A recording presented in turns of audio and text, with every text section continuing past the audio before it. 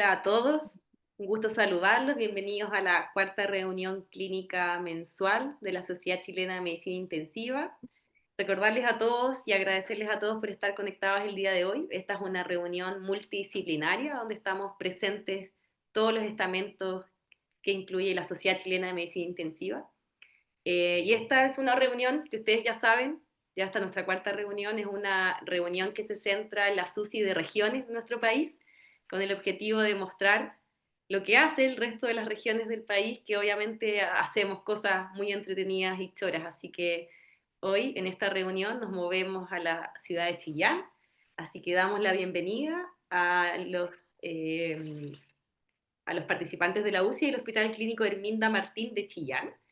Queremos saludar en primera instancia al doctor Pablo Navarrete, que es el jefe de la OPC, y también queremos contarle que en esta oportunidad el tema que vamos a tratar va a ser neumonía grave por influenza, y también le damos la bienvenida a los expositores, a Vicente Cid, que representa el estamento de enfermería, a Alexis Silva, que representa a kinesiología, y a Jorge Álvarez, que representa el estamento médico. Así que sin más preámbulo, y nuevamente les agradezco por la conexión. Esto sin duda es algo tremendamente importante para nuestra sociedad, porque es un evento de unión entre todas las divisiones, y además es un evento en el cual queremos hacer llegar a la Xochimia al resto de las regiones y hacer participar al resto de las regiones en la Xochimia. Así que esto siempre nos pone muy contentos. Vamos a darle la bienvenida a Pablo, que va a decirnos algunas palabras para partir finalmente con la presentación. Muchas gracias. Ahí me escucho bien, ¿cierto? Yo primero quiero agradecer a Xochimi, quiero agradecerte a ti, Romina, en el fondo, por darnos esta oportunidad que yo creo que para todos es bastante enriquecedora. Como decía, y que en el fondo nos hayamos podido presentar desde regiones, que en el fondo muchas veces, bueno, y en toda la área, siempre quedamos como relegados, así que en ese sentido, quiero dar las gracias a Xochimilco. Y preparé una presentación muy cortita para que conozcan nuestra región eh, un poco.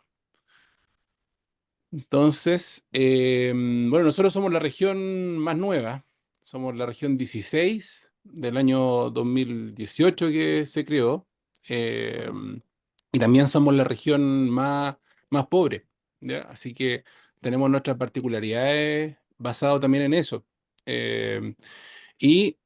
Nosotros trabajamos en el Hospital Clínico Herminda Martín de Chillán, que es el hospital de referencia de la región. Hay otros hospitales, pero que en el fondo son más pequeños y nosotros somos como los más resolutivos en cuanto a capacidad de especialidades y cosas. Eh, Así que eso en el fondo es nuestra región. Es un hospital antiguo que se construyó después del terremoto del año 39, que se vino todo Chillán abajo. Y en ese momento hay una señora que es Herminda Martín, que en el fondo donó mucho dinero y el lugar y que se hizo el hospital. Entonces se completó el año 45. Así que ahora, probablemente el Soto y el Barluco son más viejos, pero la estructura es muy similar en cuanto a los muros y todo eso. Eh, Tenemos 470 camas, 30 de intermedio, 24 de intensivo. Y bueno, esta es nuestra novedad en el fondo, que esperamos que el próximo año ya se entregue el hospital regional, ya partió Rayos en el fondo a trabajar, y esperamos que en el fondo dentro del próximo año ya empiece a trabajar la parte respiratoria y el hospital, ¿ya? Tenemos servicios nuevos que no teníamos ahora, que tenemos hemodinamia, resonancia, helipuerto, etcétera. Bueno, ya nos presentó, yo soy el jefe de UPC, tenemos además una jefa de UCI, una jefa de intermedio, pero ahora va a presentar Jorge Álvarez, que es médico, que es cirujano, que queremos que sea futuro intensivista, de hecho, que hizo el diplomado intensivo en la Cato. Y bueno, Vicente, que es enfermero, ¿no es cierto? Magíster en salud pública y un diplomado en innovación y gestión de clínica en redes asistenciales. Y Alexis Esquine, que es terapeuta respiratorio, especialista también en kinesiología intensiva y máster en gestión sanitaria, ¿ya? Así que eso, yo con eso le dejo la palabra al equipo para que parta con la presentación del caso. Buenas noches a todos.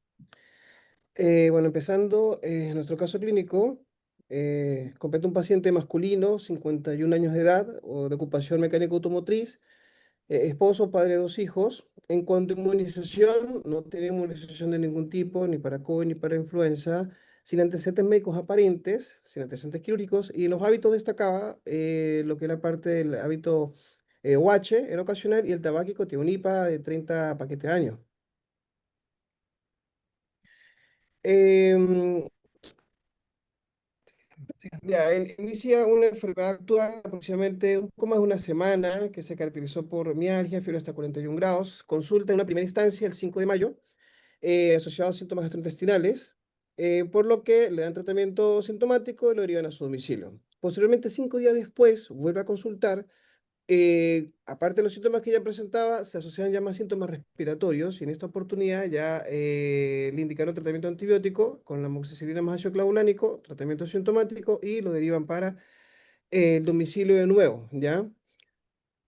Pero 2 días después, es decir, el día 12 de mayo, ya empezó con mayor compromiso el estado general, empezó con dificultad para respirar, uso de musculatura accesoria,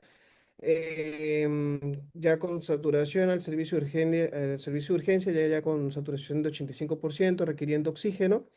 Bien, muy disnédico, ya con musculatura accesoria subcostal. Examen físico crépitos, sin focalidad neurológica. En base a eso, le hacen exámenes donde destaca una alcalosis respiratoria de una PAFI de 65%, un lactato hasta ese punto aceptable, unos glóbulos blancos normal, pero con segmentados aumentados.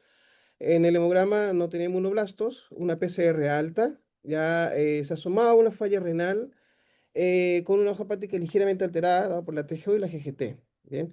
En ese contexto se le hace una radiografía de tórax, donde se ve un infiltrado bilateral a predominio derecho, y en vista de la mala mecánica que presentaba en ese minuto, la desaturación, deciden entubarlo y ventilarlo, ¿ya? Posteriormente, antes de subir a la unidad, se le hace una radiografía de tórax, perdón, un escáner, un ATAC, donde ustedes pueden observar bastante patrón intersticial, ¿ok? Bilateral, bastante acentuado, con algunas condensaciones, bien, más que todo en bases.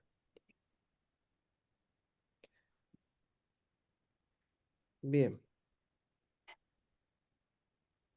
Ya.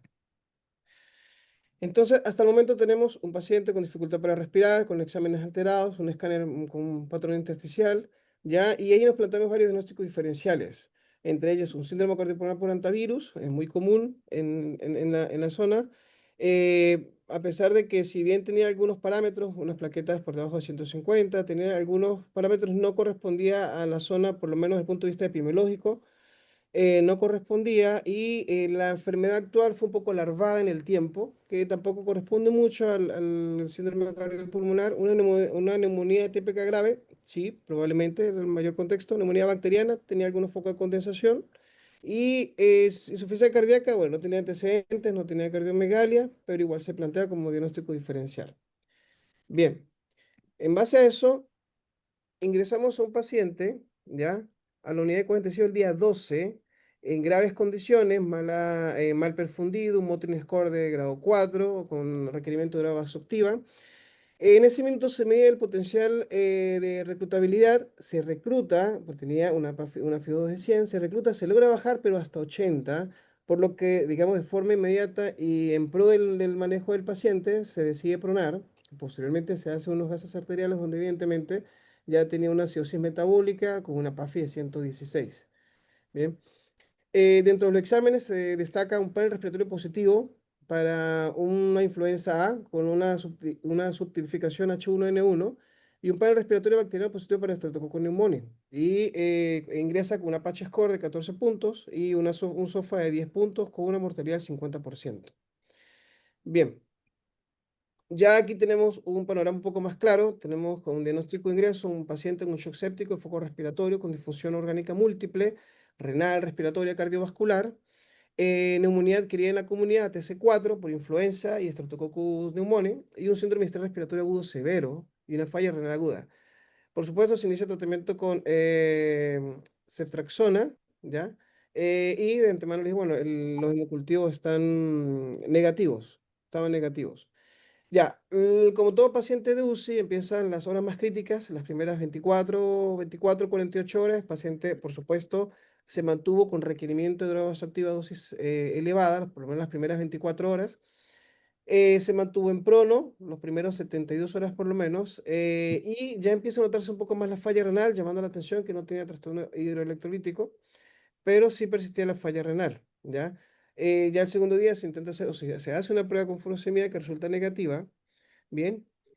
Y ya el tercer día, desde el punto de vista hemodinámico, ya no tenía droga vasoactiva, pero, y la PAFI venía un poco mejor, aparentemente, o sea, venía mejor realmente con los exámenes, se supina, pero no resultó horas después, cuando se le hace un control, volvió a bajar la PAFI, pero se aprovechó que mientras que estaba en supino, por supuesto, en vista de la falla renal, se decidió, en conjunto con nefrología, iniciar terapia de reemplazo renal, ¿ya? Se vuelve a pronar ese mismo día y los siguientes 2 días se mantuvo en prono con terapia dialítica, ¿ya? Y ya el día 6 de evolución se vuelve a supinar, se le hace una escáner de tórax que ya lo vamos a ver más adelante, ¿ya? Y seguía en falla renal, anúrico, con CREA elevada, con parámetros de función renal elevados, y por supuesto la PCR todavía seguía ligeramente elevada. El día 8 de hospitalización presenta un rash cutáneo en tórax, abdomen y extremidades, lo cual se atribuyó más que todo al inicio reciente de administración de metoclopramida, por lo que por supuesto se suspendió posteriormente, se trató de forma sintomática y también presentó hipertrigliceridemia, por lo que se suspendió la sedación, que estaba con fentapropo, y se pasa a midazolam por triglicéridos aproximadamente 800. Aquí tenemos un escáner control del 18, ¿ya?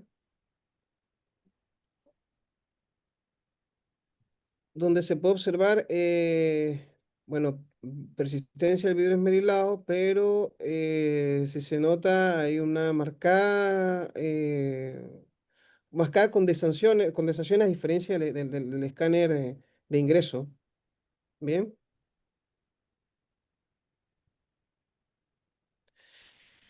Y posteriormente, después del escáner, él empezó con un quiebre clínico hasta llegar al día 9, donde empieza con requerimiento de nueva droga vasoactiva, más que todo durante la diálisis. La PAFI se volvió a bajar de nuevo, por lo que se decide volver a pronar, posterior al bloqueo a la sedación. Persistía la falla renal, por supuesto, y parámetros inflamatorios elevados, glóbulos aproximadamente casi 22.000, PCR 200. Se toman cultivos y se decide iniciar antibióticos de segunda línea. 2 días después, paciente viene un poco mejor desde el punto de vista por lo menos infeccioso, ¿ya? Parámetro inflamatorio a la baja, se supina, ¿ya?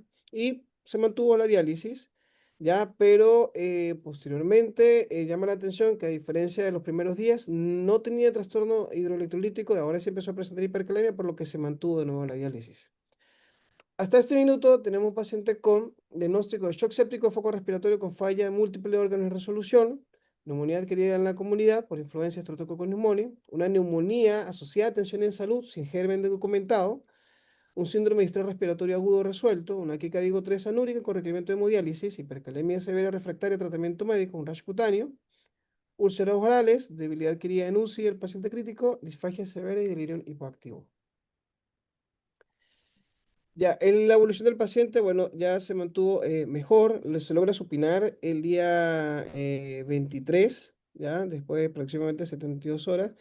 Las PCR ya estaban a la baja. De los cultivos que se le tomaron, solo se aisló un estafilococo epidermidis en el arrastre de catéter de rama distal, se tomó como algo de contaminación, no se halló ningún otro germen. El día 18, o sea, después de 18 días de ventilación, se logra extubar en horas de la tarde, saliendo después a BNI y posteriormente sale a CENAF. El paciente en algún momento también, aproximadamente el día 20, se le hace un angio de abdomen y pelvis porque tenía, digamos, problemas en la parte gastrointestinal. Sin embargo, no se halló nada patológico, así que bueno, simplemente se ajustó en conjunto con nutrición, el tratamiento y la alimentación, ¿bien? Ya el día 22 oficialmente el paciente sale de la ventilación como tal, siendo su último día con SENAFO. Entonces tenemos un paciente que en el fondo requirió apoyo dialítico, requirió apoyo ventilatorio, que más adelante ya Alexis les va a hablar más de ello, apoyo multidisciplinario con tratamiento, con, digamos, todo lo que implica el aporte de enfermería. Y eso, lo dejo con mi compañero Vicente. Para continuar con el manejo de enfermería de la neumonía grave, partiremos con una pequeña perspectiva histórica desde el año 1918 que hemos venido conociendo de diversas pandemias que se han ido dando por el virus de la influenza. Ya quiero destacar esta pequeña imagen que hay aquí del Hospital Walter Reed en Estados Unidos, donde se ve la hospitalización y el manejo de estos pacientes con precarias medidas de aislamiento, pero ya pensando en que el aislamiento y el manejo respiratorio era muy importante para prevenir los contagios por esta enfermedad. Hacia la década del 30, el 40, se desarrollaron las primeras vacunas que fueron implementadas en militares y hacia el 45 ya se logró aprobar la masificación de su uso en el público general. Hacia el año 58, una nueva pandemia asoló a las personas con la H2N2 y la gripe asiática, y hacia el 60 ya se hizo más masiva la vacunación, aprobando de que las vacunas eran seguras y disminuían el impacto de la mortalidad de la población. En el 68, la H3N2 asoló a las personas también con la gripe denominada gripe de Hong Kong. Y en el 70 ya se pensó que la implementación de un programa de vacunación lograría prevenir las pandemias por esta enfermedad. En el 97 tuvimos el primer brote de H5N1 em, o gripe aviar y posteriormente la FDA fue trabajando en algunas recomendaciones para poder asegurar de que las vacunas fueran factibles de ser utilizadas en niños menores de 6 meses y posteriormente se fue trabajando para ser implementada a través de todo el largo del ciclo vital. En la foto anterior vimos el Hospital Walter Reed y quiero destacar que en esta unidad utilizamos el modelo de Virginia Henderson para la atención de enfermería. Henderson fue una enfermera que fue graduada de este hospital en la Escuela de Enfermería del Ejército Walter Reed en el año 1921, por lo tanto su nicho fue una pandemia. Henderson planteó un modelo de 14 necesidades básicas que nos servirían para valorar las necesidades de cuidado de los pacientes que están bajo nuestra atención. Y por honor al tiempo, quiero destacar solo dos necesidades que a mi gusto fueron las que eran prioritarias en la atención de este paciente. Primero, en la necesidad de respirar normalmente tenemos el patrón respiratorio ineficaz con todas sus características definitorias que ustedes las pueden ver ahí. Y nuestros resultados esperados fueron lograr mejorar el estado respiratorio, la permeabilidad de las vías respiratorias y lograr normalizar el ciclo vital.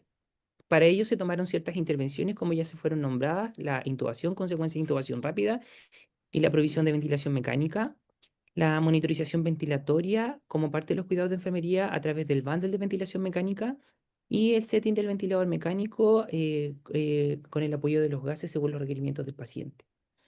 En esta diapositiva podemos observar el bundle de ventilación mecánica dentro de las primeras 60 horas de este paciente, en donde vemos que se pronó, ¿cierto? Se fue disminuyendo la FiO2 desde el 80% hasta que en algún momento ya llegó hasta el 40%. También la titulación del PIP fue acorde a los requerimientos del paciente y se aplicó humidificación activa para mejorar, ¿cierto?, las condiciones de la ventilación de este paciente. Como segundo diagnóstico, coloqué el deterioro del intercambio gaseoso que se relacionó con un desequilibrio de la ventilación-perfusión y nuestros resultados esperados fueron lograr mejorar su estado respiratorio, su intercambio gaseoso y la ventilación. Todas estas intervenciones están recomendadas por el Manual de Diagnósticos de Enfermería y seleccioné las que eran más acordes a este paciente. Dentro de ellas encontramos la monitorización de la saturametría y la observación continua del resultado de la gasometría arterial y su comportamiento. Colocar el usuario en postura de Fowler de 20 a 45 grados según la recomendación de esta misma sociedad. Si el usuario sufre de síndrome de distrés respiratorio agudo, considerar la pronación. Recordemos que este paciente tuvo 3 tandas de prono, la monitorización de los efectos de la sedación, los neurobloqueantes y analgésicos en el patrón respiratorio, emplearlos con juicio. Para ello, utilizamos ciertas escalas de sedación y la sedación por escalones. También el control de triglicéridos es muy importante. Recordar que este paciente tuvo un cambio en la sedación que migró desde Propofol por aumento de los triglicéridos a midazolam. Y también encasilla muy importante la necesidad de educación que este paciente tenía de ser vacunado anualmente con las inmunizaciones contra la gripe. Algunas otras necesidades alteradas, dentro de ella destaca la respuesta disfuncional al destete del ventilador, que posteriormente Alexis profundizará más en ello. Algunos cuidados importantes también, la cafometría, ¿cierto? Importante para poder mantener el sello de la vía aérea y así evitar las microaspiraciones hacia el árbol bronquial inferior, para así prevenir la neumonía asociada a la ventilación mecánica. Y en nuestro caso tenemos ventiladores C6 que cuentan con un sistema de IntelliCAF que provee monitorización continua de la presurización del CAF. Ya utilizamos también los circuitos de humidificación activa en este paciente y la nebulización con malla MESH. También muy importante el uso de circuitos de aspiración cerrada y dentro de los cuidados importantes que al momento de hacer uso, cambio de estos circuitos, clampear el tubo para precisamente evitar la despresurización. Algunos otros cuidados necesarios para la prevención de la neumonía asociada a la ventilación mecánica, el aseo frecuente de la cavidad oral y el uso de clorexidina como coadyuvante para disminuir la flora bacteriana, el cambio de sac cada 72 horas, la aspiración intermitente o frecuente de la aspiración subglótica, la rotulación de filtros y el cambio de posición y de fijación del tubo cada 12 horas o SOS, monitorizando continuamente el posicionamiento del tubo a la comisura labial para evitar los desplazamientos. También en este paciente se utilizó monitoreo multimodal.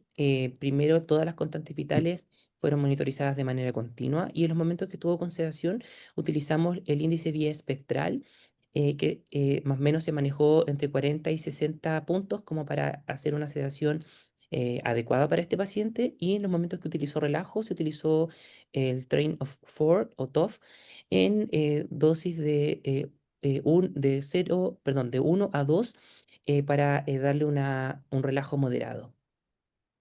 Dentro de las escalas que utilizamos la escala de Rach o de Richmond y la de SAS. También para la valoración del dolor, herramientas como la escala de CPOD fueron muy importantes para provisionar analgesia en momentos adecuados para este paciente. Y la sedación por escalones se ve a través de esta tabla de manejo de sedantes, en donde tenemos los distintos sedantes utilizados dentro de esta unidad y lo vamos manejando según los escalones como indican las cifras que ahí se pueden apreciar. En la segunda necesidad alterada del comer y beber adecuadamente, este paciente cursó con un desequilibrio nutricional por déficit y varias otras dificultades, dentro de ella el déficit de volúmenes de líquidos, el deterioro de la mucosa oral a efectos de la pronación y de la estancia del tubo, el deterioro de la deglución que persistió en el tiempo y que requirió rehabilitación fonoaudiológica, y las náuseas y el deterioro de su tránsito también, que requirió uso de perdón, prokinéticos. Ya dentro de ello, Dislep fue uno de los últimos que se utilizó como para mejorar el vaciamiento gástrico. Y también, bueno, las fórmulas que se utilizaron fueron variando para así evitar que el paciente tuviera tanta diarrea, porque después lo vamos a ver, tuvo episodios largos de deposiciones muy cuantiosas. Respecto de la eliminación de desechos, tenemos el deterioro de la eliminación urinaria. Este paciente requirió terapia de reemplazo renal y también sonda Foley a permanencia, ya que su falla fue oligoanúrica. Como tuvo importantes episodios de diarrea, se controló con toxina Clostridium, que resultó negativa, así que el manejo simplemente fue médico. Y en la necesidad de moverse y mantener posturas deseables, este paciente, como estuvo en posición de prono, estuvo bastante lábil desde el punto de vista hemodinámico, por lo tanto, se fueron espaciando la movilización del paciente en los momentos de prono, y eso obviamente le generó algunos riesgos asociados al desuso, cursó con debilidad adquirida en UCI y también cursó con algunas lesiones asociadas a la presión. En la necesidad de dormir, este paciente cursó con delirium hipoactivo inicialmente y después hiperactivo, asociado a la alteración de ciclo sueño-vigilia. Y nosotros utilizamos la herramienta Kamiku para valorar el delirium, que en este caso este paciente siempre lo tuvo positivo. Respecto de mantener la temperatura corporal, recordar que este paciente llegó con un Motrin positivo de 4 cruces Y en este caso utilizamos el recalentamiento activo y posteriormente cuando el paciente cursó con hipertermia utilizamos estas medidas antitérmicas para lograr bajar rápidamente la temperatura. En cuanto a la mantención de la integridad tisular, este paciente tuvo alteración de la integridad tisular y también cursó con sudoración profusa, así que utilizamos Benjuy o tintura de Benjuy como coadyuvante al uso de adhesivos transparentes para evitar el desplazamiento de dispositivos invasivos. También este paciente cursó con un rash cutáneo que finalmente pensamos que podría haber sido efecto de la metoclopramida, pero nunca logramos determinar bien cuál fue el efecto que le generó este rash. En cuanto a los peligros del entorno, paciente tenía algún tipo de riesgo de caídas, también nosotros implementamos la contención física previo contención verbal, ¿cierto? Para poder evitar que el paciente se lesione, se autorretire algún tipo de dispositivos invasivos. Y obviamente el manejo del dolor, tanto agudo como crónico, sobre todo el asociado a los procedimientos, a la movilización, que es parte también de la humanización de los cuidados. En cuanto a las necesidades de comunicación, utilizamos las escalas de CIPOD para la valoración del dolor, ya cuando el paciente no lo puede verbalizar. Y apoyamos al paciente ante la ansiedad que le genera cierto esta hospitalización como parte importante del rol de enfermería en el acompañamiento y el apoyo emocional. Respecto de los temas espirituales, le dimos a este paciente la posibilidad de asistencia religiosa. En la unidad contamos con un protocolo de derivación y asistencia, acompañamiento religioso a aquellos familiares que lo solicitan. Respecto del desempeño laboral, este paciente tuvo una pérdida de su habilidad para desempeñarse en su oficio. Él era el sostenedor de la familia, por lo tanto, ahí igual iba a tener una complicación a posteriori que podría ser materia de salud ocupacional. Respecto de las actividades recreativas, el equipo de terapia ocupacional y fonoaudiología utilizaron la implementación de una ficha de intereses en donde podemos conocer aquellos aspectos más particulares de nuestros pacientes y que nos ayudan a acercar la atención para que ésta sea un poquito más familiar. Y también le proveen de algunas actividades recreativas como para acortar su día. Y por último, en el aprender y descubrir y satisfacer la curiosidad y la utilización de las instalaciones de salud, este paciente tuvo un acompañamiento muy importante por parte de su pareja y que posteriormente lo iba a acompañar en su proceso de rehabilitación posterior. En estos gráficos de curvas que pueden ver acá, tenemos la realidad de nuestro paciente. Podemos ver que, bueno, desde el punto de vista nutricional, siempre tuvo altos débitos por sonda nasogástrica y también cursó hacia el día 20,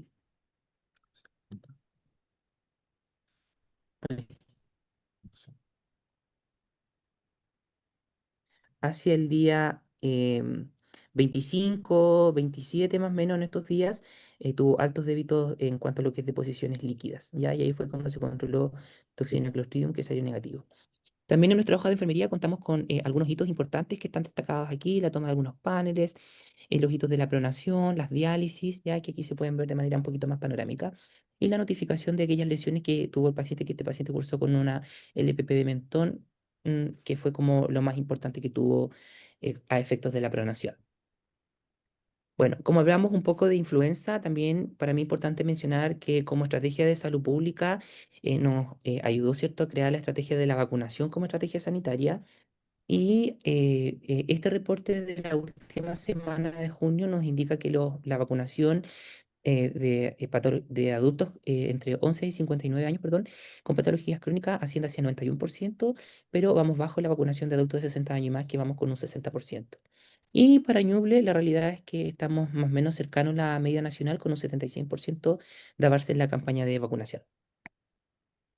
Por último, quise agregar aquí algunos estudios de importancia sobre la vacunación y que recalcan, ¿cierto?, la disminución de la mortalidad y de los efectos nocivos de la hospitalización en UCI cuando los pacientes están vacunados. Dos estudios, un estudio retrospectivo de 5 años y un metaanálisis de movilidad publicado recientemente. Bien, respecto al manejo kinesiológico, quiero primero recalcar que los objetivos que tenemos se pueden dividir en dos fases. Una fase que le llamamos protección, cuando el paciente todavía está grave, en fase de resucitación o reanimación, y en la fase de estabilización, donde va a ser probablemente más fuerte los cuidados respiratorios y la protección estructural. Y luego, cuando viene la fase del despertar y de ahí en adelante la cooperación del paciente con estabilidad clínica, pasamos a la fase de actividad, que netamente es rehabilitación. Entonces tenemos objetivos distintos en cada fase. Súper importante recalcar eso dentro del proceso asistencial kinesiológico. Este proceso en realidad engloba desde la examinación, el diagnóstico kinesiológico, hasta establecer objetivos, planes de cuidado e intervenciones en los pacientes. Y nos basamos para establecer diagnósticos el modelo de la CIF, que se basa simplemente en reconocer estructuras, funciones alteradas y actividades. Es difícil evaluar la participación a nivel hospitalario, entonces principalmente nos enfocamos en esos tres aspectos: estructura, función y actividades, pero en la primera etapa, como el paciente aún no se mueve, no coopera, nos enfocamos principalmente en la etapa de estructura, función, para después en la fase de actividad o rehabilitación sumar todo lo que es actividad, movilidad, fuerza, etcétera. Siempre hay factores contextuales que involucran positivo o negativamente. Y para cada déficit establecemos calificadores que nos pueden dar el grado de deterioro de un compromiso estructural o un compromiso funcional. Por lo tanto, vamos a ir hablando un poquito de cada fase. En la fase inicial, súper importante recalcar la necesidad del team de intubación en estos pacientes, en todos los pacientes y sobre todo los pacientes con SRA, que se conforma con dos intubadores que tienen 3 intentos de intubación entre los dos. Si fallan esos 3 intentos, el runner va a ir a ubicar anestesista, va a hacer un llamado rápido a anestesista para asistir el cuarto intento, digamos. Tenemos acá un encargado de la administración de drogas, sedantes y monitoreo que va a ser enfermería, y el kinesiólogo que va a estar a cargo de la asistencia respiratoria, el equipamiento respiratorio. Puede haber un líder que dirige, cronometra, etcétera, pero que puede ser externo, pero que si no está presente, el intubador uno o intubador 2 tiene que asumir el rol de líder. En este tipo de pacientes, la hipoxemia compromete bastante la intubación y es fundamental hacer oxigenación apneica, que se puede realizar con cánula nasal de alto flujo durante la laringoscopía. Si no se cuenta con cánula nasal de alto flujo, por lo menos una naricera simple a 10-15 litros por minuto, lo cual nos va a alargar los tiempos de laringoscopía.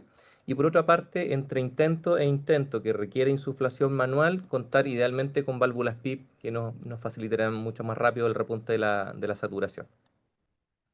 En cuanto a las maniobras de reclutamiento alveolar que se ejecutaron en este paciente, existen dos metaanálisis, el más común o más clásico, el de la Cochrane, que en realidad no establece diferencias estadísticamente significativas para mortalidad en UCI con las maniobras de reclutamiento.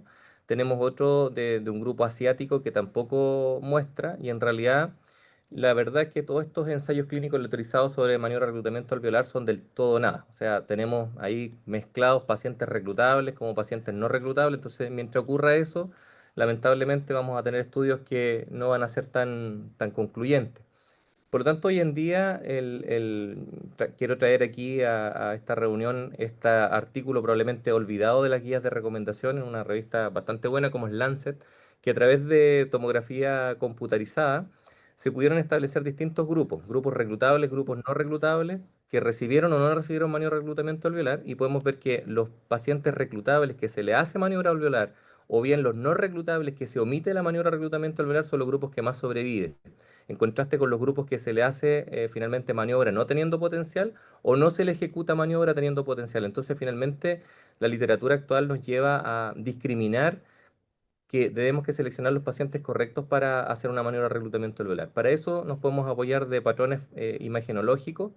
Tenemos los patrones lobares que generalmente no responden bien a maniobra de reclutamiento alveolar, y los patrones ya difusos, que es el caso de este paciente que tenemos en el caso que mostramos hoy día, y también los casos mixtos. Si no se cuenta con escáner, a veces los pacientes están muy graves como para llevarlo a escáner, se puede integrar la ecografía pulmonar, que nos puede dar una aproximación al patrón imagenológico que tiene el paciente y discriminar cuál fenotipo es. Les recomendamos esta revisión que publicamos hace un tiempo atrás, el grupo acá de nuestro hospital, sobre ultrasonografía pulmonar en cuidados críticos, donde pueden encontrar información quienes no lo tengan todavía integrado. Los pacientes reclutables, finalmente lo que ocurre es que esa ganancia esa elevación de PIB y esa apertura alveolar finalmente va a hacer que el volumen reclutado se va a sumar a la capacidad residual funcional y va a aumentarla. Sin embargo, los pacientes no respondedores, lo único que genera ese volumen agregado va a ser una sobredistensión. Entonces hay que tener cuidado porque pueden haber distintas respuestas. A veces las maniobras pueden hacer muy bien algunos pacientes, pero otros puede ser deleterio. Nosotros ocupamos en este caso una evaluación de potencial de reclutabilidad según lo publicado en el estudio de Luchen, que finalmente hace un contraste de dos niveles de PIB con un contraste también de volumen exhalado en PIB bajo, en PIB alto y en el contraste en la salida de la PIB alta hacia la PIB baja, donde finalmente se puede determinar cuál fue el volumen de ganancia, en cierta manera, y se establece acá una fórmula que finalmente es la que tenemos acá. Esto se puede hacer a través de cálculos automatizados, no es necesario hacerlo manual, pero les muestro más o menos lo que trata de desarrollar la fórmula. Cuando el índice da más de 0,5, en realidad el paciente tiene reclutabilidad, y bajo 0,5 es menos reclutable, la medida que el valor es más bajo, menos reclutable, la medida que es más alto, es más reclutable. En el año, hace dos años atrás, cuando fue el congreso en Antofagasta, llevamos este estudio de evaluación de potencial de reclutabilidad porque Luchen lo que hizo acá simplemente era evaluar la respuesta a una alza de PIB. Nosotros lo que hicimos fue evaluar el índice, pero al ejecutar maniobras de reclutamiento formal, y que lo que nos encontramos fue con un punto de corte un poco más inferior, 0,35, y podemos ver que los pacientes que tienen índices menores a 0,35 mejora la oxigenación, pero no así la compliance, versus los pacientes que tienen sobre 0,35, que mejora significativamente la oxigenación y también la compliance.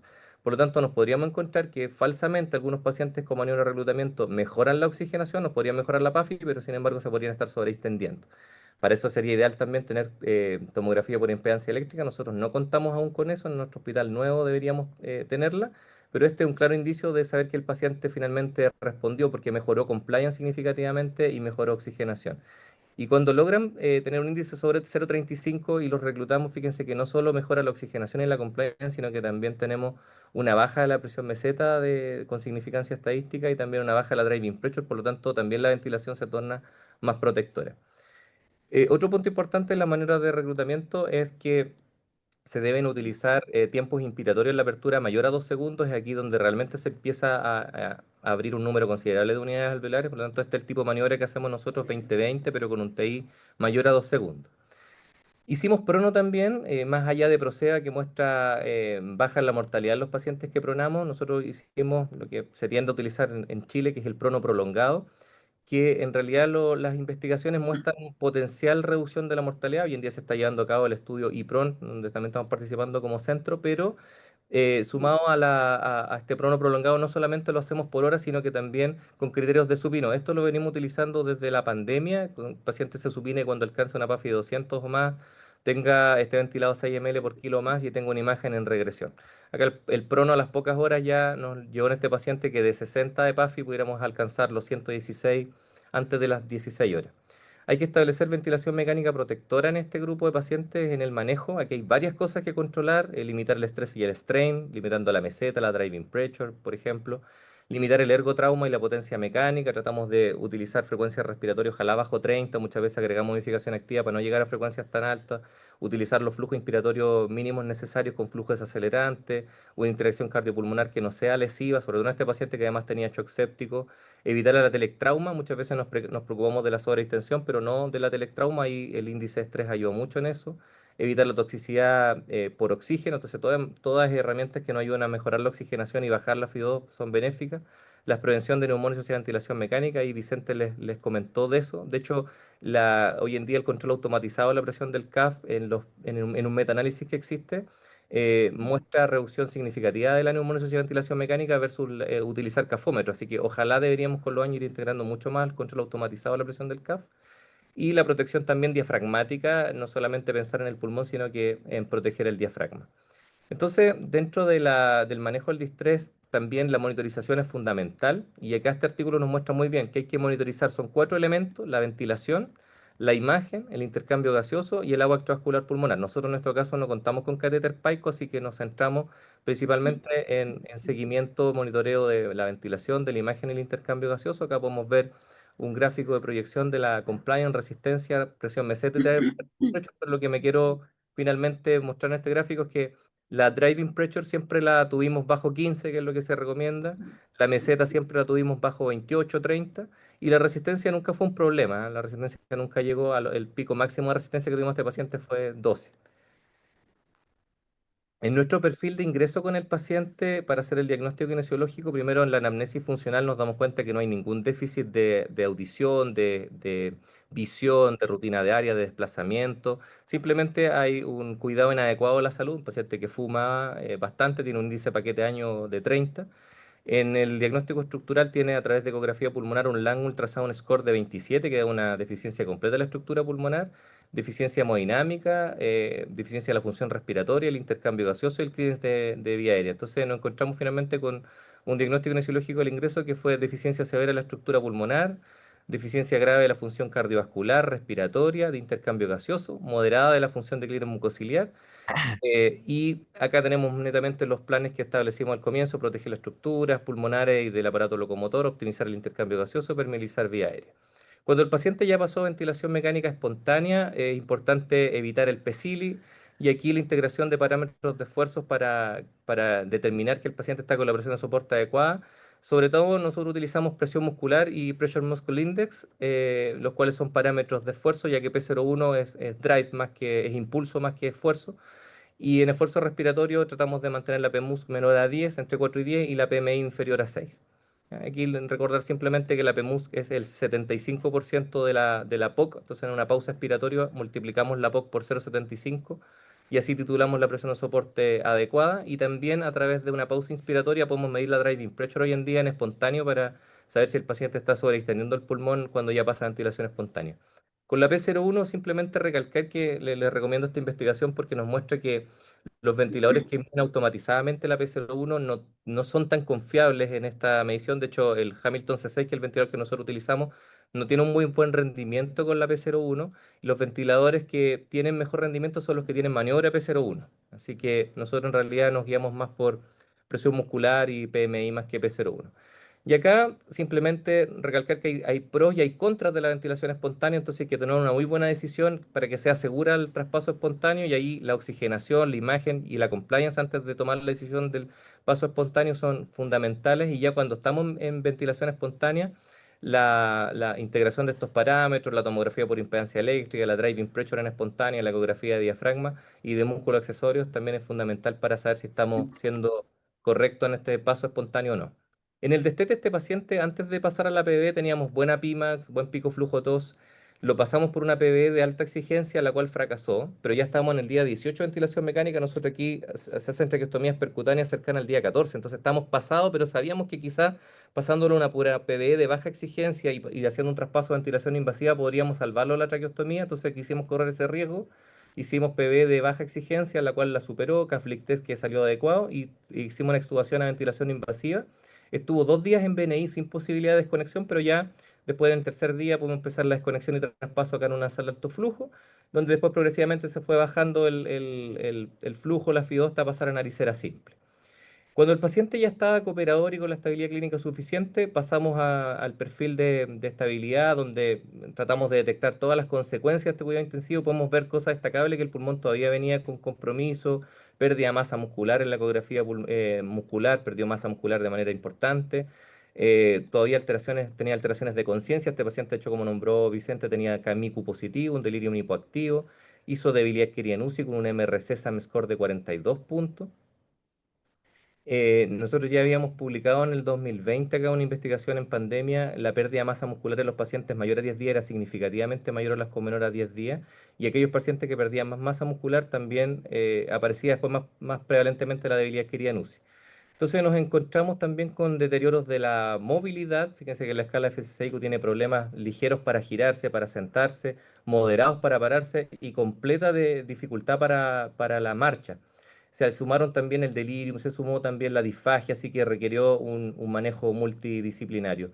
Aquí podemos ver los diagnósticos ya en la fase de rehabilitación, que son las deficiencias estructurales de pulmón, de músculo, de estructuras de la boca y la laringe. Las deficiencias funcionales fueron conciencia, función respiratoria, clearance mucociliar, función muscular y las funciones de integración de cognitiva.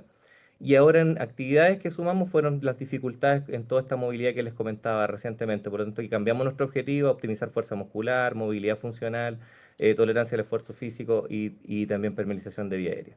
Y aquí nos queda simplemente la pregunta con estos pacientes: ¿son sobrevivientes o son víctimas de la enfermedad crítica? Podemos ver en esto que es PICS como gran parte de las consecuencias de la enfermedad crítica las tenía este paciente, debilidad, disfagia, déficit cognitivo. Entonces es un paciente que lamentablemente no termina todo en la UCI y requiere un manejo a largo plazo y derivaciones importantes.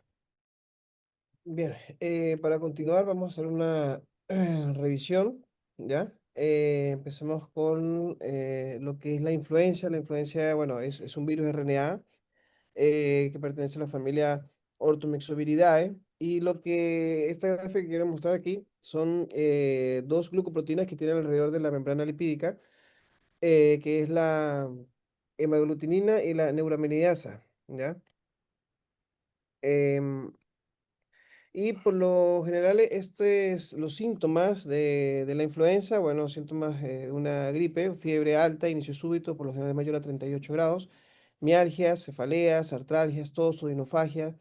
Bien, y por lo general en la radiografía de todas las imágenes no hay nada, por lo menos en las primeras instancias, no hay ninguna imagen que resaltar, ¿ya? Las pruebas diagnósticas, por lo general, se usan los paneles con detección de ácidos nucleicos, ¿bien? Son paneles rápidos, alta sensibilidad, alta especificidad, ¿ya? Y aquí quiero resaltar algo, es que a raíz de un brote de virus aviar A, H5, en Estados Unidos, a raíz de eso la CDC, a partir de enero de este año, empezó como a protocolizar y recomendar que cuando existen los pacientes graves con influenza A, hacer una de la subtipificación, como en el caso de nuestro paciente fue H1N1, ¿ya? Los grupos de mayor riesgo, como en la mayoría de las patologías, las edades extremas, menores de 5 años, menores de 2 años, pacientes mayores de 65 años, más aún si se asocian con morbilidades, asma, EPOC, enfermedades inmunológicas, ¿ok? Personas, mujeres embarazadas o personas que vienen en asilos. Eso, por supuesto, lo hace más riesgo a sufrir influenza y, por supuesto, las consecuencias de esta. Aquí tenemos lo que es un gráfico sobre lo que es la influenza, el comportamiento en la semana por lo menos 23 de este 2025, dado por el Instituto de Salud Pública de acá de Chile, donde se ve que hay una baja de influenza, más que todo el primer A, el H1N1. Entonces, ¿cuáles son las complicaciones de la influenza? Aquí resalta mucho las que sufrió el paciente, que fue, bueno, el síndrome de dificultad respiratoria aguda, una hipoxemia refractaria, las neumonías por Staphylococcus aureus, predomina mucho, también por Streptococcus pneumoniae. La diferencia, bueno, con Staphylococcus aureus predomina mucho lo que son endocarditis, neumonías necrotizantes, las complicaciones cardíacas, infartos, miocarditis, pericarditis, complicaciones del sistema nervioso central, insuficiencia multiorgánica que la padeció nuestro paciente, y la lesión renal aguda que en el paciente estaba exacerbada tanto por el shock que tuvo en un principio, asociado a la misma influencia como tal.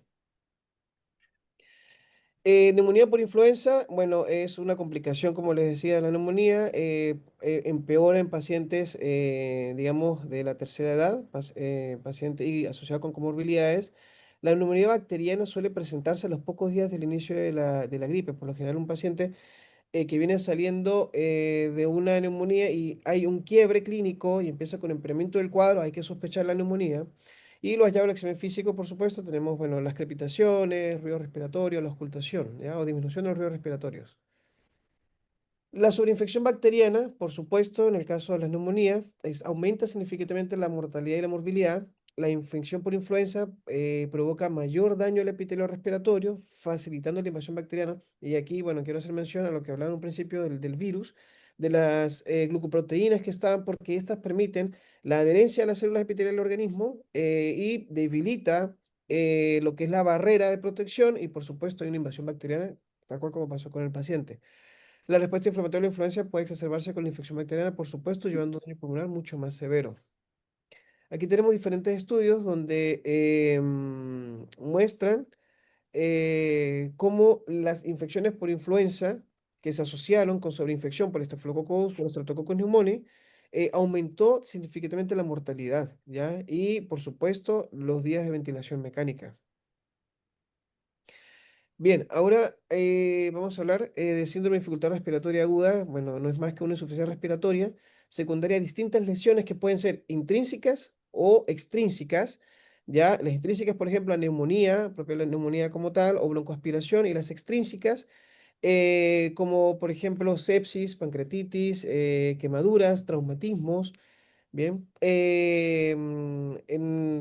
Y por supuesto, hablando un poquito de la fisiopatología, ¿qué ocurre acá? Mira, hay un edema pulmonar inflamatorio donde hay descargas de citoquinas, interleuquina 1, interleuquina 6, interleuquina 8, alvéolos, macrófagos, que aumentan la permeabilidad capilar y por supuesto, al aumentar la permeabilidad capilar lo que hay es un aumento de fluidos, tanto en el intersticio como en los espacios alveolares. Y esto hace que haya un shunt intrapulmonar y por supuesto la consecuencia de la hipoxia. Aquí más o menos un poco de lo mismo. Podemos observar acá, bueno, deterioro de intercambio gaseoso, disminución de la extensibilidad pulmonar y aumento de la presión arterial pulmonar. Y esto va consigo con lo que son las fases del síndrome respiratorio, que son la fase exudativa, la proliferativa y por supuesto la fase fibrótica. Bien. La presentación clínica y el laboratorio del síndrome, desde el punto de vista clínico, disnea, insuficiencia respiratoria, taquicardia, taquipnea, y en casos más graves ya hay confusión mental, hay cianosis, diaforesis. Y en el laboratorio destaca mucho lo que es la alcalosis respiratoria aguda asociada a la hipoxemia. Cuando hay un marcado, o cuando ya hay una acidosis respiratoria hipercárnica aguda, ya esto es un marcador ominoso para el paciente. Las pruebas complementarias, por supuesto, tenemos la radiografía de tórax, tenemos la tomografía computada y la ecografía pulmonar a pie de cama que nos sirve mucho para hacer el seguimiento. La tomografía, por supuesto, es la que nos da más información, nos soporta, mejor dicho, la mayor información en cuanto al síndrome de distrés respiratorio. En cuanto a los criterios, mira, los criterios del síndrome de dificultad respiratoria, esto ha venido cambiando con el tiempo, en la década de los 80. Empezaron definiendo cuáles eran los mejores criterios y con el pasar del tiempo fueron mejorando. Uno de los últimos fue el de Berlín, que ya asoció lo que era el PIB, la presión positiva, bien, y ya el más actualizado es este mismo de Berlín, pero asociando algunas cosas. Todavía se mantiene, digamos, estos tres ítems, que es el origen del edema, que tenemos que asegurarnos que no sea secundario a una sobrecarga hídrica y que este origen, digamos, del edema pulmonar sea atribuible a una neumonía, a una infección o no, una infección no pulmonar como un traumatismo o, por ejemplo, transfusiones de sangre, ¿bien? Y que digamos, la alteración del intercambio gaseoso no sea secundario a una atelectasia. El momento, por lo general, son los primeros 7 días después de haber iniciado una enfermedad de base, por ejemplo, la neumonía, que haya venido arrastrando neumonía, 7 días después empieza con el distrés. Imágenes de tórax, como ya les mencionaba, bueno, la radiografía de tórax nos puede mostrar opacidades bilaterales, un infiltrado intersticial, así como la tomografía, y por supuesto, pues en cuanto a la ecografía, una línea B con consideraciones en algunos casos. Y lo que más resalta acá es los criterios ya más específicos, más definidos. Bien, que es cuando, que esto es muy resaltante porque aquí ya nos habla de la PAFI e incluso nos habla de sitios donde no tienen dispositivos, por ejemplo, invasivos o no pueden manejar PIP. Por ejemplo, una naricera nomás, entonces en base a eso también se puede definir el síndrome de estrés respiratorio. Resaltar acá, por supuesto, que tenemos el síndrome de estrés leve, que va de 300, menor a 300, mayor a 200, el moderado, que va menor a 200, mayor a 100, y por supuesto el grave, que es el de nuestro paciente, menor a 100. El tratamiento va enfocado en distintas partes. Hay distintos consensos, ¿ya? Lo que es, primero, el fluido, lo que es la parte del aporte de fluidos, esto es fundamental. Se habla de que estos pacientes ya tienen un edema en sí, ya hay un mal intercambio de líquidos en el espacio intersticial con alvéolo. Entonces, a pesar de que el paciente, por ejemplo, tenga un BEC no aumentado, que no tenga edema ni nada, igual hay que ser muy cautelosos a la hora de administrar líquidos. Solamente salvo ocasiones o salvo excepciones que el paciente realmente lo requiera. Un shock séptico, depende de la patología de base. Ya, como ya bien lo mencionaba Alexis, lo que es la driving pressure, ya, manera 15, lo que es manejo en ventilación mecánica, lo que son los vasodilatadores pulmonares, ya, bueno, aquí tenemos el óxido nítrico, la prostaciclina, bien, que esto va a depender también de cada centro. El bloqueo neuromuscular, que hay diferentes trabajos donde hablan de que, bueno, no es una receta de cocina, hay que saber en qué momento colocarlo, en qué tipo de distrés, ¿ya? Por lo general es el severo, el grave, asociado, por supuesto, a relajación. Y como también lo decía Vicente, un buen manejo de lo que es la parte del control de la sedación, por ejemplo, el manejo del TOF con el bloqueo neuromuscular, el manejo de las escalas como la SAS, para el manejo de la sedación. Va a asegurar que el paciente realmente esté sedado sin necesidad de sedarlo de manera profunda, solo lo necesario para mantenerlo, digamos, bien acoplado.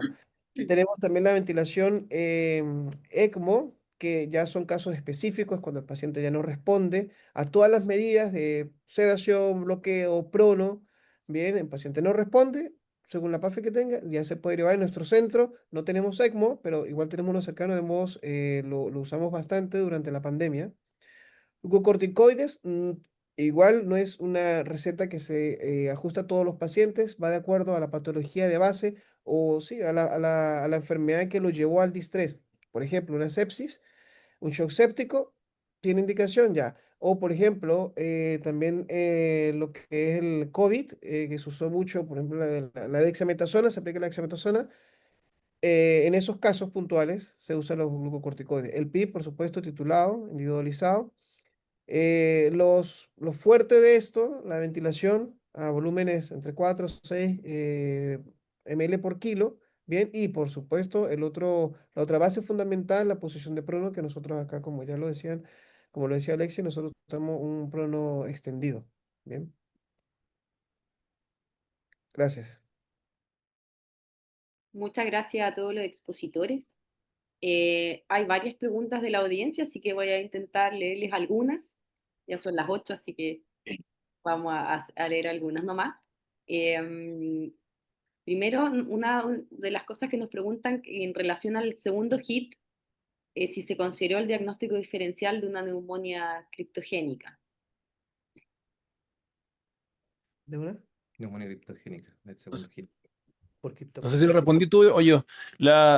¿Me escuchan ahí? Sí. Pucha, en este paciente en específico, no. Ahora hemos tenido otros pacientes con influenza, quizás le ha pasado que claramente en el fondo baja la compliance, tiene temperamento de la oxigenación y que es bien largo de evolución. Eso sí, en el fondo lo hemos visto, me recuerdo, 3 casos en en esta influenza en el fondo. Pero en específico, en este paciente, tuvo este segundo hit que no tuvo muy claridad de qué, pero en el fondo se inflamó, pero no hubo ningún cambio desde el punto de vista oxigenatorio. No, o sea, me refiero a que no hubo impairment de la compliance, en el fondo, ninguna de esas cosas que uno como que esperaría para una neumonía organizativa, en el fondo.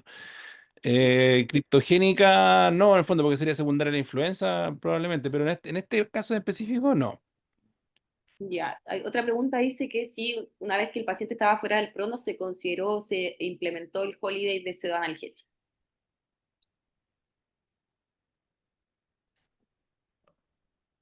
No, no entendí. Sí, no sé quién, Ya. Vicente. O... ¿Qué cosa? Holiday Sedation, en el fondo de cortar la sedación en las mañanas. Ah, sí, con este paciente se trató en múltiples oportunidades de hacer el destete de sedación matinal, pero era bastante difícil lograr que se acoplara la ventilación nuevamente, así que fuimos jugando con el destete, por eso dentro de los diagnósticos de enfermería estaba el destete del ventilador, ¿cierto? La dificultad para el destete de la ventilación mecánica, pero sí Otra pregunta. se probó. Gracias. Otra pregunta en relación a estos pacientes que han sido visto múltiples veces en APS y llegan ya con un distrés. ¿Será más óptimo un prono precoz después de la intubación en vez de reclutarlos? Mm. Ahí va a depender del caso. De hecho, aquí un prono bien precoz porque este paciente se ingresó, se intubó, se hizo una titulación de PIP, vimos que estábamos con FIO2 al 100%. Inmediatamente uno va a las estrategias de rescate. Las estrategias de rescate son las maneras de reclutamiento alveolar, el prono, el bloqueo neuromuscular y el ECMO. Según uno, lo primero que debería hacer es acabar o delimitar la primera estrategia de rescate, pero siempre discriminando si es un paciente potencialmente reclutable. Nosotros hemos tenido casos de pacientes en años anteriores y este año que no nos dan reclutable y te saltas ese paso y vas al siguiente que es prono con bloqueo neuromuscular. Pero en este caso fue un prono bien prematuro, de hecho en la misma noche que llegó el Sí. paciente, como les digo, se midió potencial, era reclutable, se reclutó y a lo más la FIO2 se pudo bajar al 80%. Entonces, no teníamos para qué esperar unos nuevos gases arteriales, era fijo que la PAFI nos iba a dar bajo 150, entonces también hay que considerar acá la toxicidad por oxígeno, sobre el 70% del oxígeno es tóxico, entonces en esperar una hora más los gases y si tienes una estrategia que sabes que vas a terminar igual en ella, hicimos el prono a las horas, o sea, fue un prono bastante prematuro, ¿ya? Ahora, yo creo que en realidad, en cuanto a la maniobra de reclutamiento, hay que evaluar, pues, evaluar realmente si amerita en ese paciente o no amerita. También va a depender de la expertise del centro con las maniobras, con la expertise del centro para medir potencial de reclutabilidad. Yo no sugiero hacer las maniobras de reclutamiento a todo paciente. Creo que si un centro no tiene la capacidad de poder establecer mecanismos de pronóstico con la reclutabilidad, me saltaría las maniobras en esos centros y haría inmediatamente prono, que tiene una evidencia muy buena. Pero en este caso sigue siendo igual un prono precoz. Oye, Alexis, varias personas me han escrito un mensaje por interno pidiendo si podrías explicar con más detalle la reclutabilidad. ¿Cómo evaluaste ahí la reclutabilidad del paciente? Ya. La reclutabilidad se hace con el mismo ventilador mecánico, una reclutabilidad bedside, y hay dos maneras. Una es utilizando una curva presión-volumen, pero son mediciones bien cuasi estáticas, o sea, se usan frecuencias respiratorias de 5 por minuto, de flujo de litro por minuto de 5 litros por minuto. Hay algunos ventiladores que tienen la forma automatizada de discriminar potencial de reclutabilidad. Cada vez tenemos más ventiladores. Por ejemplo, por darle algunos ejemplos, el mismo Hamilton C6 de nosotros tiene una aplicación. Servo-U también está integrándola, la vende aparte, pero también la tiene. Nihon Kohden, algunos también, el modelos 9, el 550 también lo está integrando. Nosotros utilizamos la reportada por Luchen porque en realidad no es tan difícil y la puedes hacer en cualquier ventilador. Y consta de primero colocar una PIP de 5, flujo de 5, frecuencia respiratoria de 5, y lo primero es medir la presión de apertura de la vía aérea. Entonces, uno ve la curva presión-tiempo y se va a dar cuenta que si tiene una presión de apertura de 5 menos, desde los mismos 5 de presión, va a elevarse después la presión a medida que va entrando el aire. A veces pasa con algunos pacientes una presión de apertura mayor de la vía aérea que sube un poquitito a 8, por dar un ejemplo, y de ahí despega. Entonces, lo primero es discriminar la presión de apertura porque eh, tienes que contrastar 10 puntos de PIB por sobre ese punto de apertura de la vía aérea. Entonces, por ejemplo, en este caso, en este paciente fue 5 por dar un ejemplo. Entonces vamos a contrastar PIB de 5 contra PIB de 15. Y lo que va pidiendo la fórmula es cuál fue tu PIB mínimo, fue tu PIB máximo, en este caso 15, en el mínimo 5, qué volumen corriente movía en PIB alto, pero lo más importante, el momento cuando tú cuando sacas la PIB alta y vuelves a PIB bajo, va a ocurrir que en ese momento es un instante hay que estar muy atento porque es un solo instante. Al bajar la PIB de 15 a 5, por ejemplo, va a salir, por dar un ejemplo, teníamos un BT programado 450, van a salir, no sé, 200 ml más, 650. Entonces, esos 200 ml fue el volumen reclutado, el volumen que ganó el paciente de capacidad de reserva funcional o de volumen al final de la aspiración. Entonces, en una serie de integración de parámetros de la presión meseta, de los volúmenes movilizados, qué tanto VT exhaló, entre más VT exhale, se supone que el paciente más volumen, más capacidad resolucional a la larga logró.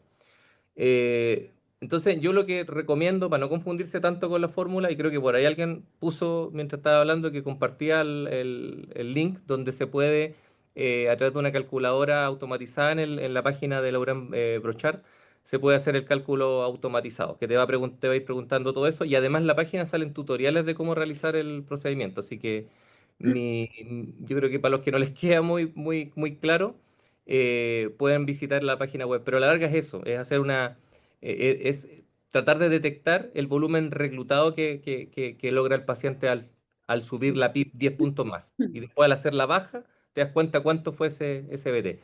Si yo tengo, por ejemplo, un paciente que salieron 100 ml en esa baja de una pipa a otra, me doy cuenta que es muy poco reclutable y probablemente el índice me salga súper bajo. Pero es eso, una herramienta bedside, requiere práctica, requiere entrenamiento, pero para quienes no la conocen, lo que mejor les sugiero es que vean eso porque lo van a poder ver en un video y es mucho más explicativo que yo diciéndoselo en palabras que a veces cuesta imaginárselo un poco. Otra pregunta nos hace la audiencia de que bajo qué criterios consideraron realizar una PBE de alta exigencia. Mira, nosotros en nuestro centro eh, tenemos dos grupos de pacientes. Tenemos pacientes con riesgo de fracaso en el destete, que son los pacientes con exacerbación de EPOC que cayeron en ventilación mecánica invasiva, los pacientes con insuficiencia cardíaca, pero insuficiencia cardíaca de riesgo. No todos los pacientes con insuficiencia cardíaca tienen riesgo en el destete, son principalmente los que tienen una falla ventricular importante, fracción de eyección menor al 40%, o que tengan disfunción diastólica. Esos pacientes, y además el obeso mórbido, nosotros los sacamos a ventilación mecánica no invasiva. Entonces, en esos grupos de pacientes hacemos una PBE de baja exigencia porque ese paciente va a destetarse a BNI. Entonces, todo el resto de pacientes que no son esos grupos de riesgo, nosotros hacemos una PBE de alta exigencia. Es lo mismo que hacer tu OT, ¿ya?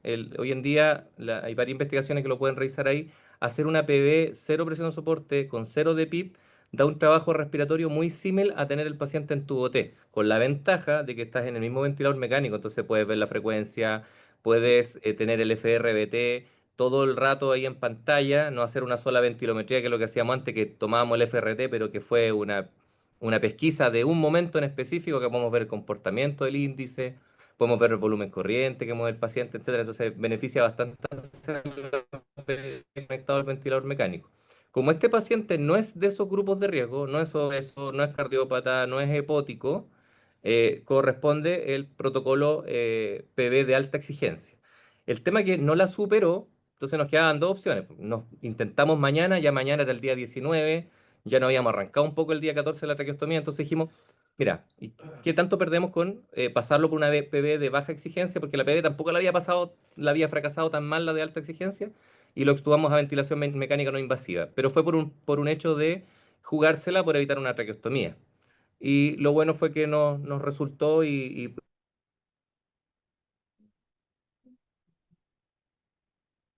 Mm. fuera de... Pero ese es el contexto, es porque es un paciente que no es de los grupos de riesgo para hacerle PB de baja exigencia. Otra pregunta es en relación al prono corto versus el prono prolongado.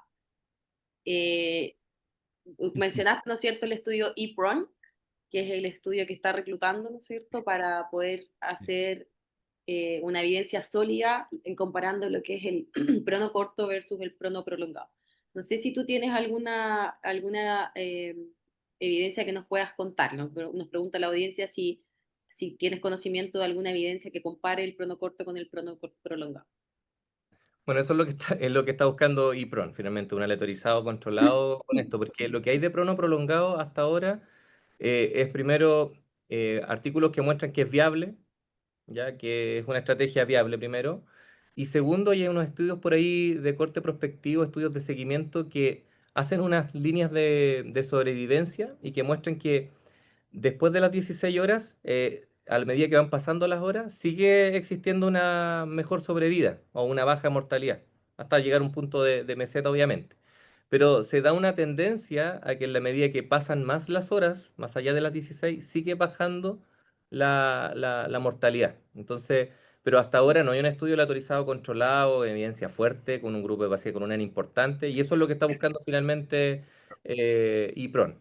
Nosotros tenemos experiencia con prono prolongado hace muchos años, o sea, yo no me acuerdo, yo entré a la UCI acá a trabajar el 2012 y nunca hemos hecho prono de 16 horas, o sea, después de la publicación del doctor Cornejo por ahí, después de la pandemia H1N1 en el 2009, que mostraba buenos resultados el prono prolongado, si bien eran reportes y todo, pero asumimos, y probablemente en Chile la gran mayoría de centros lo hace, asumimos la estrategia de prono prolongado y desde ahí lo hemos venido haciendo.